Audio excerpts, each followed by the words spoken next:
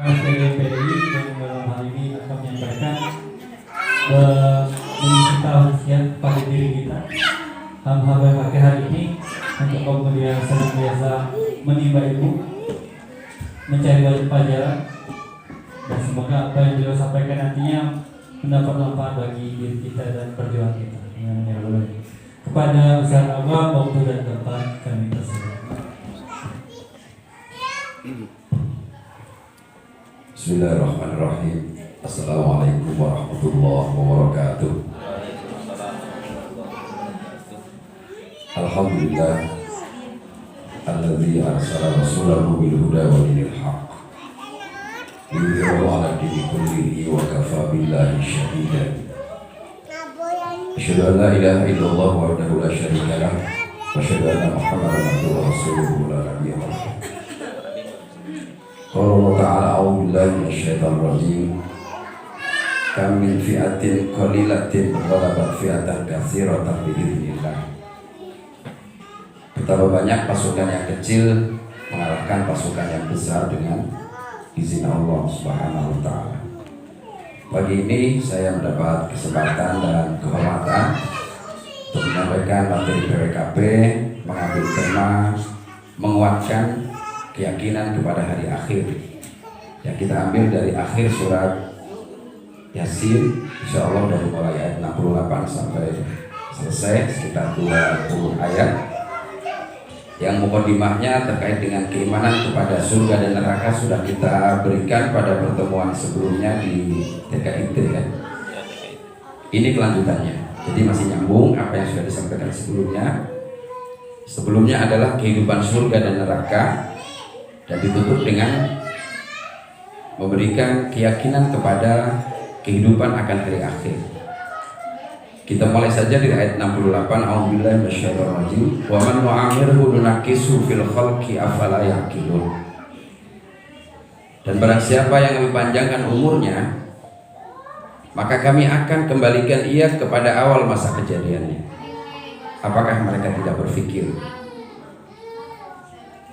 Hampir seluruh mufasir bersepakat bahwa mengembalikan manusia setelah usia tua kepada asal masa kejadiannya adalah kembali lemah, seperti anak yang baru lahir. Apalagi yang usianya sudah 40 ke atas, terasa. Dulu mungkin menggendong anak, satu di depan, satu di belakang, tangan kirinya membawa belanjaan, masih bisa. Setelah 40 ke atas, gendong anak satu sudah mulai pegel. Karena memang sudah bukan lagi usianya kan. Usia kekuatannya sudah dikurangi oleh Allah Subhanahu wa taala, bahwa ketika seseorang sudah masa usianya tua, yang paling tua di sini siapa? Bu Marwiyah. Yang sudah setengah abad lebih. Ya, saya Bu Marwiyah, yang lain masih di bawah setengah abad. Ini baru seperempat abad. Rizky baru seperempatnya juga, 25. Belum merasakan itu dan belum bisa menyerap dengan baik makna ayat ini karena belum merasakan gitu ya. Tapi saya sudah sangat merasakan. Ketika saya memimpin rombongan haji misalnya di usia 30-an, itu berangkat sore habis asar, pulangnya besok lagi sampai asar lagi, itu masih kuat gitu. Itu usia 30-an. Kalau sekarang berangkat asar jam 11 jam 12 malam belum pulang, itu sudah mulai pegel semua gitu. Jadi luar biasa memang usia ini ya, sehingga Allah sebutkan siapa yang kami panjangkan umurnya akan kami kembalikan kepada asal kejadiannya gitu. Sehingga bahkan soal nikmat pun sudah mulai dikurangi. Kita hanya boleh minum air putih, karena yang manis-manis sudah lewat, setengah abad kita nikmati, ya kan? Sudah nggak boleh lagi terlalu banyak gula, sudah tidak boleh lagi makan terlalu banyak garam, sudah tidak boleh lagi makan daging, sudah tidak boleh lagi terlalu banyak makan nasi, ya kan? Kebanyakan makan nasi gula, kebanyakan makan gula ya gula, kebanyakan makan manis gula lagi, kebanyakan minum yang seperti itulah. kekuatannya sudah mulai lemah. Dan antum semua akan merasakan yang belum 50, yang belum 40 akan merasakan masa itu. Saya Pak Miroya sudah merasakan itu karena sudah di atas setengah abad. Gitu. Oleh karena itu maka pesan khususnya adalah, hai kalangan kafir Mekah Quraisy, di mana khitab lawan bicara Quran ketika pertama turun adalah kepada mereka, kamu tidak cukup hujah di hadapan Allah. Waktu kamu masih muda, waktu kamu masih gagah, kenapa tidak beriman gitu? Bahkan terus saja melawan Rasulullah SAW. Afala yaqilun, apa kamu tidak pernah berpikir? Apakah yang perempuan merasa selalu cantik terus? Apakah yang laki-laki merasa gagah terus? Tidak, akan ada masa di mana kecantikan akan ditinggal, di mana kegagahan akan ditinggal. Musim uzur akan datang, di mana uban sudah mulai bertabur ya, kulit sudah mulai kendur, gigi sudah banyak gugur, sudah sukanya makan bubur, tidak lama lagi masuk kubur. Itu. Maka kemudian ayat selanjutnya adalah setelah wa man nu'amil hununaqisu fil khalqi afala yaqilun wa ma 'allamnahu syi'ra wa ma yanbaghi lah. Dan tidaklah aku mengajarkan kepada Muhammad sebuah syair dan tidaklah layak baginya bersyair. In huwa illa dzikru wa qur'anun mubin. Dan tiadalah Al-Qur'an melainkan adalah zikir, peringatan, dan Al-Qur'an yang jelas, nyata. Ayat selanjutnya pada ke-69 ini Allah menegaskan bahwa Nabi Muhammad itu bukan tukang syair, bukan pandai membuat syair, bukan diajari syair, dan tidak layak Nabi itu bersyair. Maka Nabi itu ditakdirkan oleh Allah menjadi seorang yang ummi. Tahu ya Bapak Ibu arti ummi? Ummi artinya induk ya, ibu. Makna di dalam ayat Nabi ummi, Rasulan Nabi al ummi, itu adalah Nabi yang tidak pandai membaca dan menulis. Kalau kita manusia biasa tidak pandai membaca dan menulis itu aib. Tapi tidak pandai membaca dan menulisnya seorang utusan itu adalah kemuliaan. Seluruh Bani Abdul Muthalib, seluruh suku Quraisy, seluruhnya pandai membaca, menulis, pandai bersyair, kecuali Muhammad SAW. Kenapa Muhammad tidak pandai membaca dan tidak pandai menulis? Cara Allah untuk mematahkan hujah orang kafir bahwa Quran itu buatan Muhammad. Bagaimana mungkin Quran buatan Muhammad sementara dia tidak bisa baca, tidak bisa nulis? Bahkan ayat ini menegaskan bersyair pun tidak bisa. Bersyair pun tidak bisa. Kalau Al-Quran menyebutkan Bismillahirrahmanirrahim, Alhamdulillahirabbil alamin, Arrahmanirrahim, Maliki yaumiddin, ujungnya in gitu ya. Itu bukan syair. Itu bukan syair. Atau misalnya ujungnya huruf dal, la uqsimu bihadzal balad wa anta hillum bihadzal balad wa walidi wa ma laqad khalaqnal insana ayahsabu alla yaqdiru alaihi, terus semua itu bukan syair, itu wahyu. Yang huruf belakangnya ha misalnya wasyamsi wa duhaha wal qamari idza talaha wan nahari idza jallaha wal laili idza yaghsha, terus ha terus. Yang ujungnya ha juga misalnya al haqqah mal haqqah wa ma adraka mal haqqah, itu bukan syair, itu wahyu dari Allah Subhanahu. Kalau Nabi saja tidak punya keahlian membuat syair, tidak diajarkan syair, kenapa kalian menyebut dia tukang syair, bahkan tukang sihir? Jadi tuduhan yang mengada-ada. Jadi semua tuduhan terhadap Nabi Muhammad terkait dengan bahwa Quran ini buatan Muhammad terpatahkan semua. Pertama bukti terpatahkan, Nabi Muhammad tidak bisa baca, tidak bisa nulis. Kalau hanya tidak bisa baca tapi bisa nulis, mungkin dia memang bisa menulis, didiktekan. Atau dia bisa tidak bisa nulis tapi bisa membaca, mungkin dia bisa menyuruh orang untuk menuliskan. Tapi langsung sekaligus dua, tidak bisa baca, tidak bisa nulis, sekaligus tidak bisa pandai bersyair. seluruh keturunan Abdul Muthalib dari suku Quraisy semua pandai bersyair kecuali Nabi Muhammad SAW. Jadi tuduhan bahwa ini Quran buatan Muhammad terbantahkan. Tidak satupun yang masuk dalam logika karena Muhammad tidak bisa baca. Wa ma yambaghilah, dan tidak pantas Nabi bisa bersyair. In huwa illa dzikrun wa Qur'an mubin. Sesungguhnya tidaklah ia melainkan zikir dan Quran yang sangat nyata. Nah, ihwafillah rahimakumullah, inilah bukti bahwa Quran itu mukjizat. Inilah bukti bahwa Quran itu datangnya dari Allah. Untuk apa? Liyunzira man kana hayyan wa yahiqqal qaul 'alal kafirin. Fungsinya adalah liyunzir, untuk memberikan peringatan kepada siapa saja yang hidup. Wa yahiqqal qaulu 'alal kafirin, dan memberikan kata pasti terhadap orang kafir bahwa mereka akan diazab oleh Allah Subhanahu wa taala. Jadi fungsi pertama adalah memberikan peringatan kepada hati yang hidup. Itu. Jadi yang pertama adalah bagaimana Quran menjadi peringatan kepada hati-hati yang hidup. Kalau hatinya mati, walaupun rumah di samping masjid sekalipun tidak pernah terpijak masjid itu, betul kan? Ke masjid lah gitu kan? Namanya misalnya siapa? Mukidi itu ya. Mukidi ke masjid lah, lajulah. Ke masjid lah, lajulah. Maghrib diajak lagi ke masjid, lajulah. Lajulah terus. Pasti lajunya. Habis itu dia tahu kok Mukidi ada di masjid itu paling depan lagi. Paling depan. Rupanya di depan imam bahkan. Sudah innalillahi. Jadi hati yang hidup itulah yang bisa menerima Quran sebetulnya. Kalau nggak bisa menerima Quran berarti tanda bahwa hatinya sudah almarhum, sudah mati.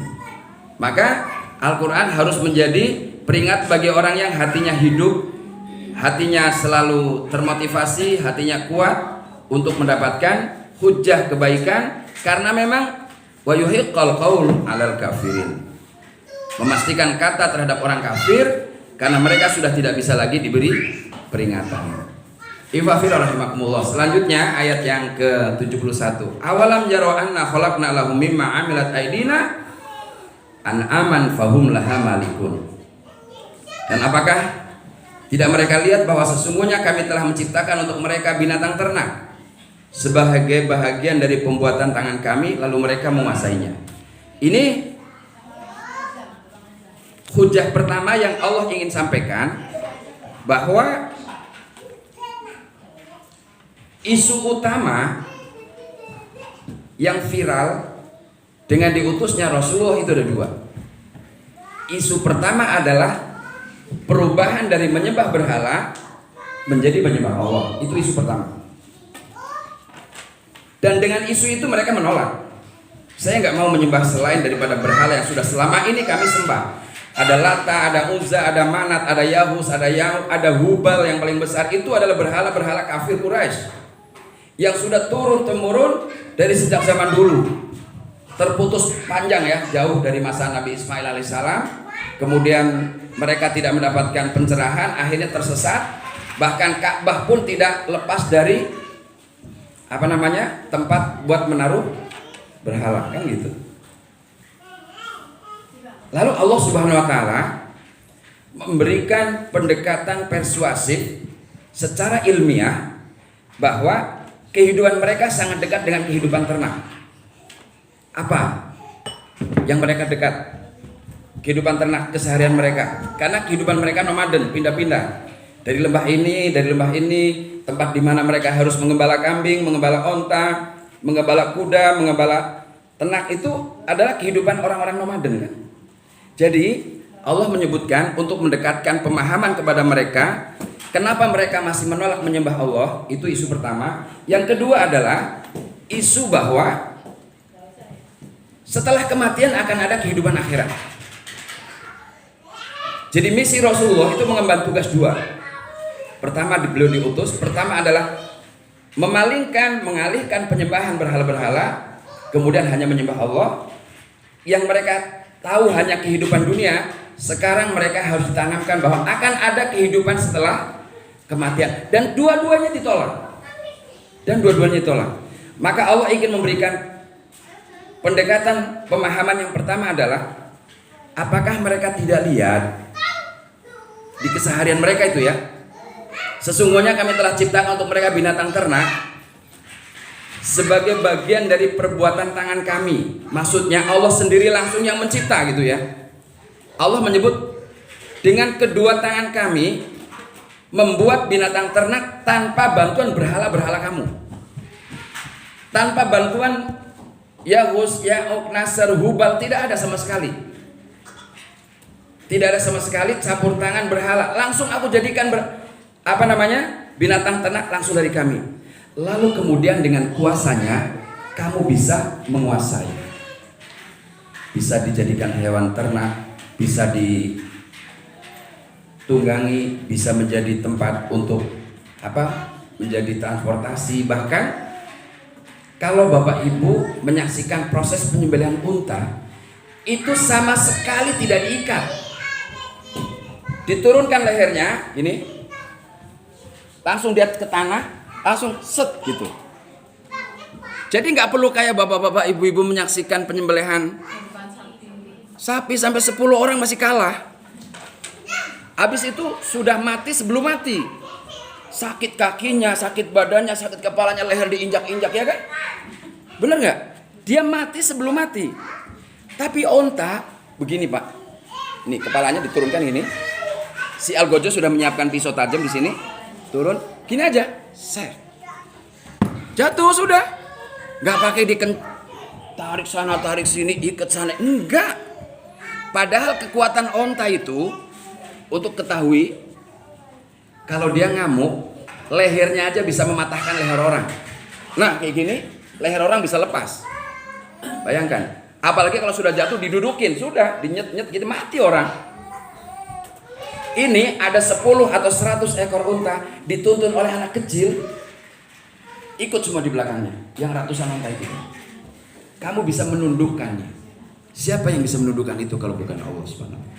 Nah, itu adalah cara pendekatan berpikir sangat awal untuk manusia nomaden dengan cara pikir yang sederhana, buta huruf, umi, tidak tahu kebudayaan. Allah akan tarik, yang bikin kendaraan yang kamu tiap hari tumpangi itu, yang bahkan kamu bisa menyembelihnya dengan mudah, itu Allah loh yang buat.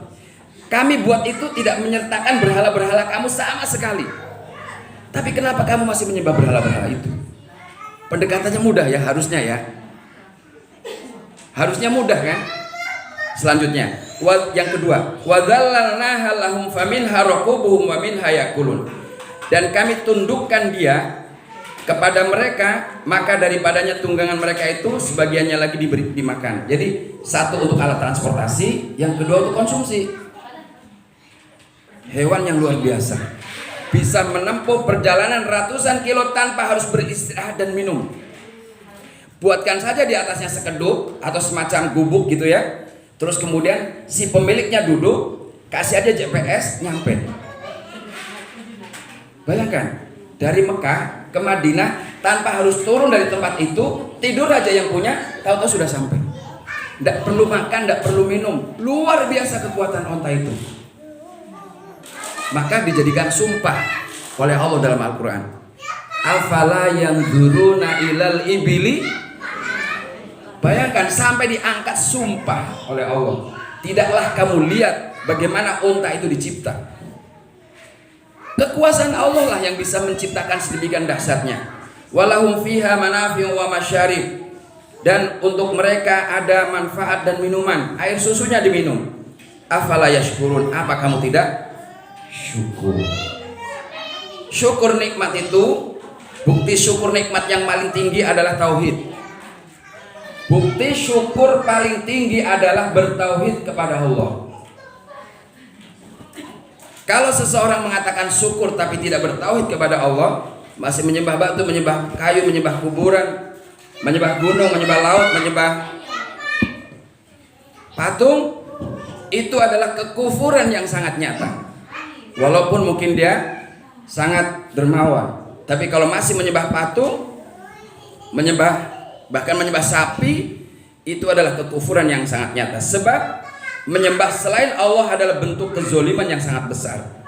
Allah sudah membuat ternak, Allah kasih rezeki, bahkan di dalamnya kamu bisa makan, bisa minum, bisa dijadikan hewan tunggangan, tapi kamu menyembah selain Allah, maka kamu adalah zolim sezolim-zolimnya.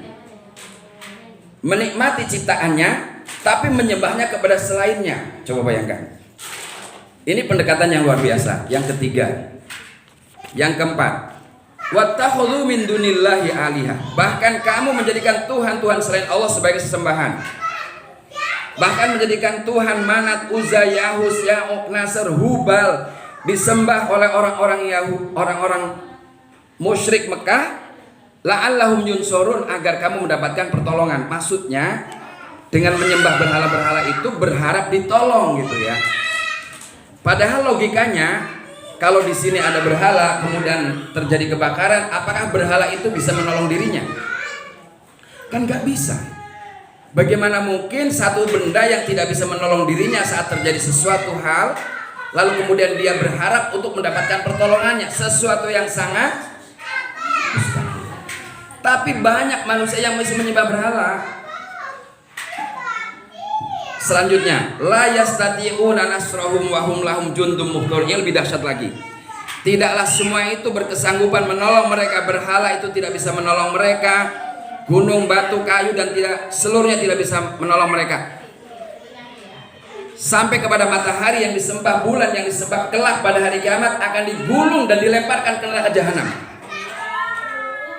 Matahari, bulan, bumi, gunung yang mereka sembah kelak akan dilemparkan oleh Allah ke neraka jahanam. Untuk apa? Untuk menyiksa batin orang yang di dunia menyembah berhala-berhala. Oh, berhala saya ternyata dimasukkan ke neraka jahanam.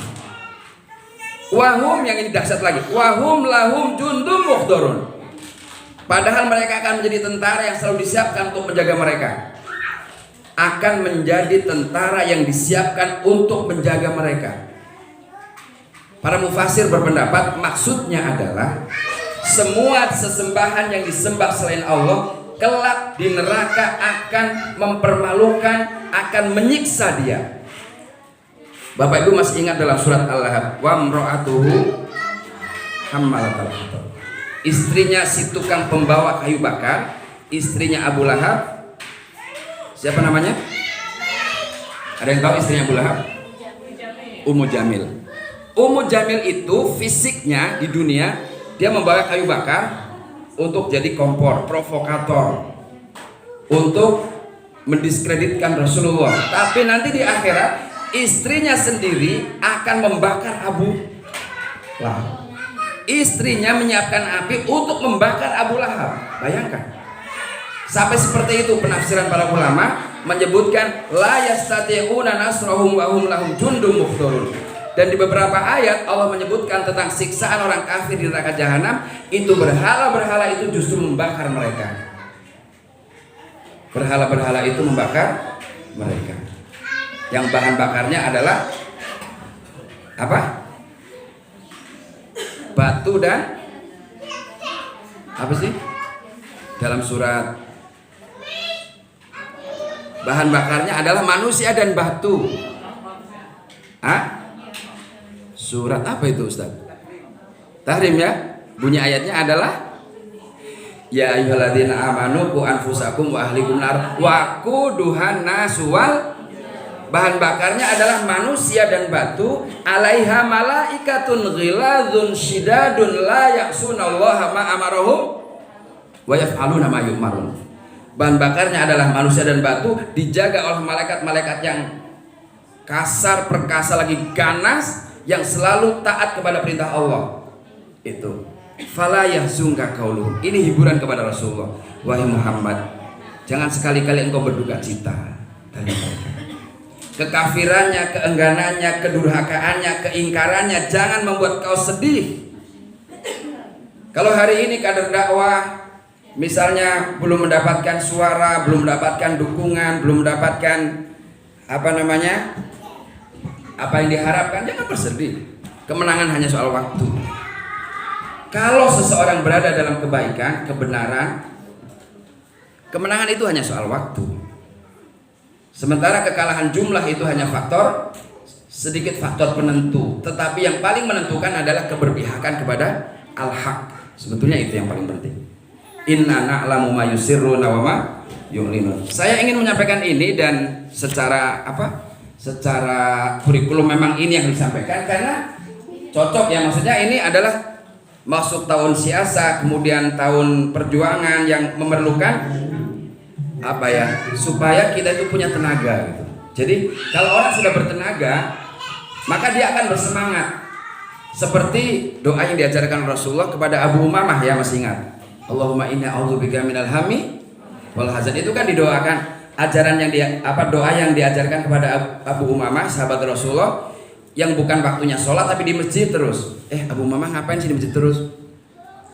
Terus dia berkata, ya Rasulullah, saya ini ditimpa masalah, susah, resah, gelisah, hutangku banyak dan seterusnya kan.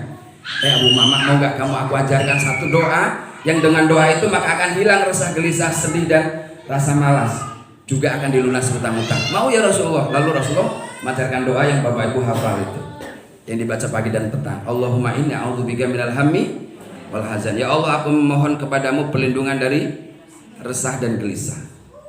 Resah, gelisah. Resah itu temannya gelisah. Resah ya gak mungkin bisa datang ya kalau resah hatinya ke sini. Gak bisa mungkin ke masjid kalau resah hatinya. Gak bisa semangat kalau resah hatinya. Jadi penyakit para daiyah yang pertama adalah resah gelisah.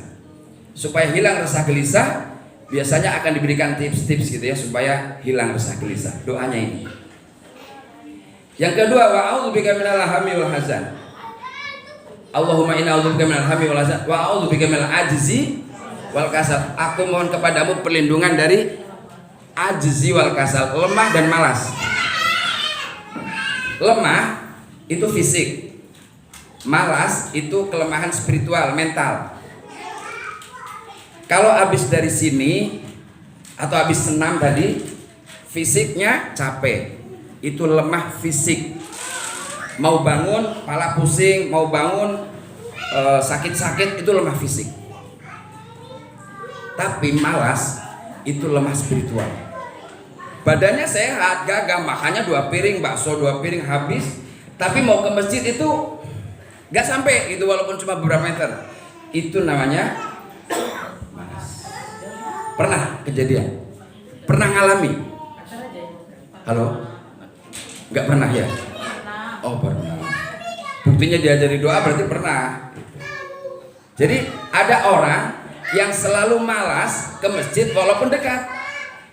Bukan karena fisiknya sakit, bukan karena gak doyan makan, tapi memang spiritualnya yang lemah gitu. Mau liko, ya susah banget, udah sebulan gak pernah datang. Ada gak yang begitu? Itu bukan fisiknya sehat kok, dia kerja sampai sore, makanya juga banyak. Tapi sekedar likor setengah jam, 20-30 menit, itu malasnya luar biasa. Mau kajian luar biasa, mau berjamaah, malas. Minta tuh sama Allah supaya dihilangin. Wa'udzubika minal ajzi wal kasal. Wa'udzubika minal bukhli wal jubni. Yang ketiga, penyakit ketiga ini. Minta kepada Allah supaya dilindungi dari bakhil dan pengecut. Bakhil itu artinya tidak mau keluar uang, dia mau keluar harta, tidak mau sedekah, bakhil. Pengecut itu artinya tidak mengakui kesalahan, lebih cenderung kesalahan ditimpakan pada orang lain. Itu pengecut. Dan yang paling parah yang terakhir, wa'udzubika min ghalabatid dain wa qahrir rijal. Mohon perlindungan padamu ya Allah dari dililit hutang. Ada yang punya hutang? Dan janji ya, banyak sekali janji-janji yang belum terunaikan. Dan terakhirnya sekali lagi ini, dikuasai manusia. Kalau sudah dikuasai manusia, udah diketiaknya manusia, itu susah sekali kita merdeka. Kalau orang banyak utang biasanya begitu, nggak bisa lagi punya sikap merdeka. Ya karena banyak utang, akhirnya tidak berdaya. Seperti negara kita ya, banyak utang. Selanjutnya 77. Awalam yarul insanu anna khalaqnahu min nutfatin fa idza huwa khasimun mubin. Apakah manusia tidak melihat bahwa kami telah ciptakan dia dari nutfah, tiba-tiba berubah menjadi penantang yang nyata. Dalam sebuah hadis ada Ubay bin Khalaf yang datang kepada Rasulullah membawa sekerat tulang yang sudah hancur, lalu diremet. Ini tulang ya Rasul, sudah saya remuk jadi debu. Mungkinkah ini hidup lagi? perlawanannya itu bukan cuman itu kepada Rasul itu ya, diludahi, dilemparin kotoran unta, sampai kepada bermain logika. Saya akan remes ini untuk membayangkan bahwa tulang yang dibawa oleh Ubay bin Khalaf itu memang betul-betul sudah apa? Sudah sangat rapuh, sehingga kemudian dia katakan, mungkinkah ini yang sudah menjadi debu akan dihidupkan lagi? Tantangannya luar biasa ya, kafir-kafir Quraisy itu. Ternyata bukan cuma ini, Rasulullah juga ditantang secara fisik kan, duel. Di masjid dilempar kotoran unta lagi, sujud dilempar kotoran unta, itu fisik ya. Tapi juga ada tantangan intelektual. Kalau kamu nabi, coba kabarkan kepada saya berapa tiang itu Masjid Aqsa. Kalau kamu nabi, berapa jumlah pintu-pintunya? Karena ada tradisi yang sudah ditanamkan turun-temurun sampai kepada tahap aksioma ya, keniscayaan bahwa nabi itu harus tahu dan berasal tidak jauh-jauh dari Palestina. Coba baca dalam sejarah. Ishak, Yakub di Palestina, Ibrahim di Palestina, kembali dari Mekah ke Palestina kan? Bahkan sampai Zakaria, Yahya, Isa Palestina. Semuanya adalah Palestina semua. Jadi kalau ada nabi yang tidak tahu tentang Palestina, itu aneh. Maka kalau kamu nabi, coba hitung berapa tiangnya. Ya nabi kan belum pernah ke sana. Itu latar belakang kemudian Isra Mi'raj kan. Itu kan nanti terjadi setelah ada apa namanya? Benturan-benturan tidak hanya fisik tapi juga intelektual gitu ya. Nah, Allah ingin menunjukkan bahwa ini nabi loh, bukan kaleng-kaleng gitu loh. Makanya kemudian ada peristiwa Isra itu. Nabi langsung bisa detil melihat berapa tiangnya, berapa jumlah jendelanya, berapa pintunya, bahkan ketemu dengan nabi-nabi sebelumnya. Kalau kamu nabi yang tahu dengan malakutas samawati wal ard, tahu hal-hal ghaib antara langit dan bumi, pasti kamu bisa menceritakan detail seperti apa wajah Nabi Musa, wajah Nabi Adam, wajah Nabi Idris. Seperti itu, sampai kepada kalau kamu nabi, bagaimana coba? Berikan saya logika supaya saya bisa percaya setelah tulang ini jadi remuk, jadi debu, dia bisa bangkit. Awalam yara anna khalaqnal insanu min nutfatin fa idza huwa khasimun mubin. Wa daraba lana mathalan wa nasiya khalqa. Qala may yuhyil 'idhama wa hiya ramim. Kalau dari ini, status air hina bisa mencipta manusia, mereka heran. Kalau nanti mati sudah jadi tulang belulang, bagaimana hidup? Diceritakan dalam hadis, Rasulullah bersabda, dahulu ada seorang durhaka yang sudah terlalu banyak kemaksiatannya. Lalu sebelum kematiannya dia mengatakan kepada anak-anaknya, tolong jika ayah meninggal bakar, sehingga kemudian jadi debu bagi menjadi dua. Satu lemparkan ke laut ketika sedang tiup angin besar sehingga tidak tahu lagi kemana. Yang satu lemparkan ke gunung atau ke daratan ketika angin sedang bertiup kencang. Lalu kemudian anak-anaknya menuruti wasiat orang tuanya. Begitu mati dibakar. Ketika sudah dibakar, kemudian dia dibangkitkan lagi nanti di hadapan Allah.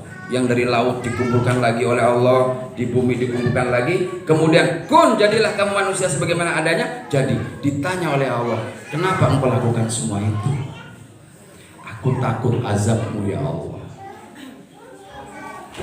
Dengan ketakutan terhadap Allah diampuni dosa si fulan itu. Ini kan menunjukkan bukti bahwa Allah itu mudah sekali untuk menghidupkan manusia setelah mereka menjadi tulang-tulang yang hancur. Qul yuhyihal ladzi ansha'aha awwala marrah wa huwa bikulli khalqin alim. Katakanlah wahai Muhammad, yang menciptakan, yang menghidupkan, yang menciptakan pertama sekali dan dia terhadap sekian makhluk maha tahu. Bapak Ibu sekalian, yang paling mengherankan adalah bukan soal sudah menjadi hancur hidup lagi. Yang paling mengherankan kamu dibuat dari status air. Status air, Pak. Dari status air di situ terdapat pendengaran, penglihatan, hati, pengetahuan, akal, seluruhnya ada dalam status itu. Ya kan? Lahir besar jadi manusia hebat. Setelah hebat, yang lebih hebat lagi adalah pandai mendebat. Bagaimana saya bisa hidup lagi sementara saya sudah jadi tulang belulang? Di debatnya sama orang kafir itu yang disponsori oleh Ubay bin Khalaf tadi. Sekarang air yang menjijikan itu berubah menjadi manusia yang hebat. Dahsyat nggak itu? Dahsyat. Wong dari status ada pikirannya, ada perasaannya, ada hatinya, ada kecerdasannya, bisa mengubah seluruh dunia ini menjadi hebat dari hanya setetes air. Tapi yang lebih mengherankan, yang dari setetes air itu pandai mendebat siapa yang sanggup menghidupkan saya setelah kematiannya. Betapa dahsyatnya manusia yang kemudian setelah menjadi orang itu dia mendebat, apakah mungkin? Qul, katakanlah Muhammad, yuhyihal ladzi ansyaha awwala marrah, yang menghidupkan kamu itu nanti orang atau zat Allah yang pertama dulu mencipta. Kalau sudah dahulu diciptakan oleh Allah Subhanahu wa taala, kemudian dimatikan, kemudian menjadi debu, kemudian menjadikan lagi seperti semula, sangat mudah bagi Allah. Alladzi ja'ala lakum minasyajaril akhdari nara. Dalil keberapa yang udah banyak sekali? Yaitu yang telah menjadikan api untuk kamu dari pohon kayu yang hijau. Fa idza antum minhu tuqidun, tiba-tiba kamu bisa menyalakan api daripadanya. Ini ada pohon hijau. Di dalamnya mengandung air. Lalu kemudian pada saat yang sama kamu bisa potong-potong kecil, kamu bisa jemur, terus kemudian kamu gesek-gesekkan, keluar api. Mustahil nggak harusnya itu? Sesuatu yang sangat kontradiktif. Di sini ada air, tapi langsung sekalian di dalamnya ada api. Kan sesuatu yang sangat sulit harusnya ya. Tapi Allah mampu mengadakan itu. Apalagi cuma sekedar menghidupkan orang yang sudah mati. Pendekatannya begitu Allah memberikan gambaran tentang keseharian, di mana hijau daun tumbuh, kemudian ada airnya bisa hidup. Tiba-tiba kering mati, di dalamnya ada unsur apinya. Sesuatu yang sangat kontradiktif. Awalaisal ladzina, ini selanjutnya yang lebih dahsyat lagi. Awalaisal ladzi khalaqas samawat, atau kamu tidak perhatikan bagaimana kami telah menciptakan langit-langit dan bumi. Biqadirin ala ayyahluqa mislahum. Sanggup mencipta, kuasa dengan hal yang serupa. Bala wa huwal khallaqul alim. Sungguh dia Maha Pencipta lagi Maha Mengetahui. Langit dengan sekian banyak jutaan bintang-bintangnya, dengan sekian banyak tata surya yang ada di dalamnya, kemudian mengedarkan matahari bulan dari kecil besar-besar sampai dengan menjadi sabit dan purnama, kemudian kecil lagi hilang lagi. Matahari demikian juga bisa terbit dan tenggelam secara konsisten, tidak ada miss. Ada nggak suatu saat di mana matahari terlambat tenggelam? Ada nggak? Nggak tenggelam. Jadi nggak buka terus siang terus gitu. Atau nggak terbit, jadi sahur terus. Kapan terbitnya ini? Pernah nggak terjadi miss seperti itu? Nggak pernah. Atau ada orang yang nggak mati-mati gitu. Ini orang nggak mati-mati, ya udah 100, mau 120, 200, 300 sampai 1000 nggak mati. Ada nggak? Nggak ada, mati semua. Menciptakan seluruh alam semesta dengan sekian banyak tata surya dan bumi, dengan langit yang tidak ada tiang, tak tahu di mana penyangganya. Terus manusia yang hanya setetes gitu. Maksudnya Allah ingin menggambarkan bahwa langit, bumi dan seluruh tata surya dengan jutaan itu, miliaran, itu lebih sulit dibandingkan menciptakan kamu. Itu saja Allah mampu gitu. Apalagi sekedar mencipta manusia setelah ada. Wa huwal khallaqul alim. Dan dia Maha Pencipta lagi Maha Mengetahui. Wa ma tasqutu min waraqatin illa ya'lamuha. Tidaklah ada satu daun pun yang gugur kecuali Allah mengetahui. Daun saja, selembar daun gugur. Kebetulan ada daun, selembar, 2 lembar.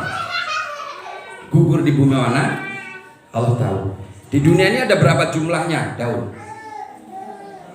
Ada berapa jumlah daun? Ada berapa miliar pohon? Ada berapa triliun daun? Satu saja jatuh, akan jatuh di mana, kapan, tertiup jenis angin yang mana, di dataran bumi mana, Allah tahu. Artinya kalau sekedar mengumpulkan manusia setelah jadi tulang, jadi debu, gampang banget. Wong Allah yang bikin. Lah, satu daun yang gugur saja Allah tahu. Apalagi sekedar untuk menghidupkan orang yang sudah mati. Bala wa huwal khallaqur rahim. Sungguh dia Maha Pencipta yang Maha mengetahui. Oleh karena itu begitu telitinya Allah Subhanahu wa taala, dibutuhkan satu pendekatan yang mudah dipaham gitu, oleh masyarakat di mana Al-Quran itu turun. Ya tentu tujuannya untuk kita semua. Masih ada nggak orang hari ini yang tidak percaya hari akhir? Masih ada. Masih ada nggak orang hari ini yang tidak yakin bahwa bakal ada kebangkitan? Ya masih banyak. Berarti Quran tetap relevan dong, ya kan? Walaupun awal ini diberikan kepada kafir Quraisy, ditutup dengan kalimat innama amruhu idza arada syai'an ayyaqula lahu kun. Ya sudahlah, kira-kira gitu ya bahasa mudahnya. Kalau kamu nggak ngerti juga, sudahlah. Kalau kamu nggak ngerti juga tentang penciptaan langit, penciptaan bumi, bagaimana cara menghidupkan api dari air, dari bahan dasar yang tadi ada air hijau, masih juga nggak ngerti, ya sudah. Allah itu kuasa, tinggal bilang kun kok fayakun, maka kemudian ada. Pendekatannya gampang sekali. Al-Quran memberikan penjelasan terhadap kehidupan akhirat itu. Ternyata masih juga tidak sadar, tidak tahu, tidak mau ngerti. Fasubhanalladzi biyadihi malakutu kulli syai' wa ilaihi turja'un. Wah, suci Allah yang di tangannya kekuasaan segala sesuatu dan kepadanya kamu akan dikembalikan. Dikembalikan untuk apa? Untuk dimintai pertanggungjawaban. Anggaplah satu sekolah dipimpin oleh seorang kepala sekolah. Di dalam ruangan kepala sekolah itu terdapat anak murid yang nakal. Ada yang melempar gelas, ada yang merusak vas bunga, ada yang lemparin kursi, ada yang temannya ditempeleng, dijotosin sampai kepalanya pecah. Lalu kepala sekolahnya gak mau tahu, diem aja, didiemin aja. Berarti ini kepala sekolah yang bahlul ya, gak bertanggung jawab kan? Masa orang bersalah dibiarin padahal dalam kekuasaan dia di kelas itu? Andai saja sudah mati lalu kemudian tidak dihukum, enak benar orang yang di dunia sudah berlaku zolim. Enak benar orang yang di dunia sudah berlaku sewenang-wenang, sudah membunuh, sudah merampas, memperkosa, korupsi, merampas hak orang, terus dibiarin aja. Ya bukan Tuhan lah kalau gitu, kalau dibiarin. Nah, Tuhan yang Maha Kuasa itu akan mengembalikan kamu kepada Allah, fungsinya untuk membalas apa yang sudah kamu lakukan di dunia.